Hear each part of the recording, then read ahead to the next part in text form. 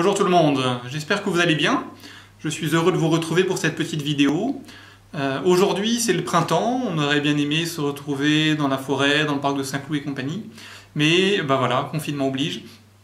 En tout cas, la première lecture du jour avec Osée a une tonalité plutôt fleurie. Voilà ce que dit Osée, voilà ce que dit le prophète Osée. Je serai pour Israël comme la rosée. Il fleurira comme le lys, il étendra ses racines comme les arbres du Liban. Ses jeunes pousses vont grandir, sa parure sera comme celle de l'olivier, son parfum comme celui de la forêt du Liban. Ils reviendront s'asseoir à son ombre, ils feront revivre le froment, ils fleuriront comme la vigne. Le temps du printemps, c'est un temps de renouveau, et le prophète Osée nous invite toujours dans la première lecture justement à un renouveau, et justement à revenir au Seigneur. Mais alors du coup, qui est ce prophète Osée dont on parle? Et c'est une excellente question.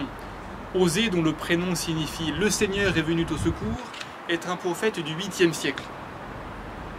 Pour rappel, après la mort du roi Salomon, le royaume d'Israël se divise en deux, avec au nord le royaume d'Israël, qui est plus riche, mais qui est plus ouvert sur les autres nations, et le royaume de Juda, qui est plus confiné, qui est plus protégé, avec les montagnes autour de Jérusalem, et qui aussi est plus pauvre.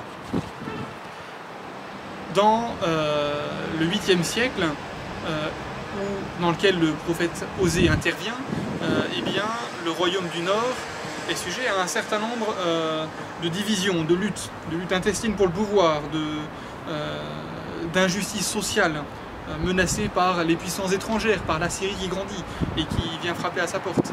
Bref, dans ce contexte de division, avec aussi la tentation de l'idolâtrie, avec la tentation des puissances des dieux étrangers. Dans ce contexte-là, Osée vient dire au peuple avec force « Reviens Israël au Seigneur ton Dieu ». C'est ce que nous entendons au début de la première lecture du jour. « Reviens au Seigneur ton Dieu ». Mais alors du coup, comment revenir au Seigneur? Et c'est là où nous arrivons dans le deuxième thème de ce jour, à savoir « Écoute, tends l'oreille ». Voici ce que dit le psaume du jour.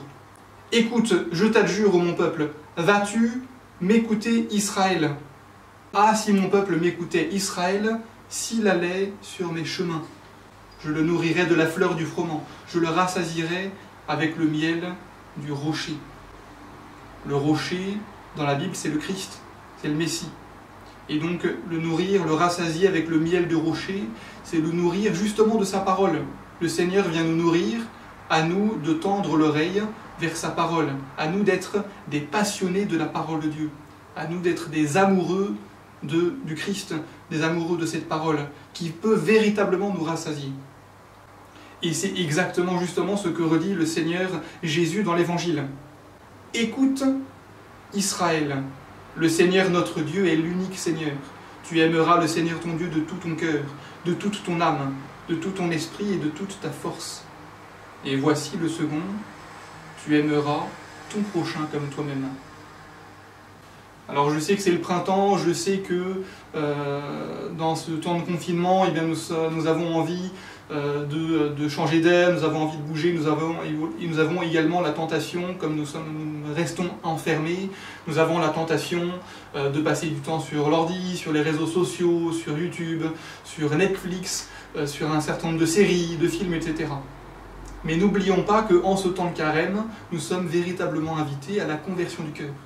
Cette conversion du cœur passe par la parole de Dieu, passe par l'écoute, passe par le temps du silence, dans lequel nous pouvons ruminer intérieurement la parole de Dieu. N'oublions pas cela en ce jour, demandons la grâce d'écouter, de tendre l'oreille vers la parole de Dieu. Allons donc puiser ensemble à ce miel du rocher, à la parole de Dieu, que la parole de Dieu puisse venir façonner notre cœur, que nous puissions relire cette parole plusieurs fois, qu'elle vienne dans notre cœur. Je vous assure que ça portera du fruit. Si vous voulez devenir comme l'olivier fleuri, comme le cèdre du Liban, comme les lys des champs, etc., dont parle le prophète Osée, eh bien, prêtez l'oreille à la parole de Dieu, je vous assure que ça portera du fruit, autour de vous et dans votre cœur.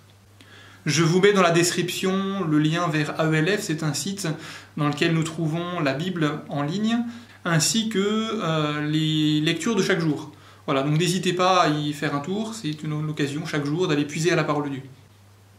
Je termine avec le pape François qui, dans son homélie de ce matin, nous invite à cette conversion du cœur.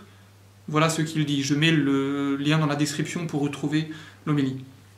Le Seigneur est capable de changer notre cœur. Cela demande de faire le premier pas. Ce n'est pas d'aller vers Dieu, mais de revenir à la maison. Alors en ce temps où nous sommes tous confinés chez nous à la maison, eh bien profitons-en pour revenir à la maison, retourner à la parole de Dieu pour y établir notre demeure. N'oubliez pas de vous abonner, n'hésitez pas à partager cette vidéo, activer la cloche de notification pour être averti des prochaines vidéos. Il y a chaque jour des petits commentaires d'évangile. Il y aura bientôt mis en ligne aussi les conférences de carême, prochaine conférence de carême du Père Vincent qui sera mise en ligne tout à l'heure. Et puis voilà, donc je vous souhaite en tout cas une belle journée et on se retrouve très bientôt. Je vous assure que vous êtes dans nos prières. Tout à l'heure on a célébré la messe. Je vous rappelle qu'il y a plusieurs rendez-vous chaque jour pour s'unir par la prière. À 8h30 nous prions les laudes. À midi on célèbre la messe avec l'office du milieu du jour. Et à 18h45 nous prions les vêpres. Et je vous assure qu'à chacun de ces moments, vous êtes particulièrement dans nos prières.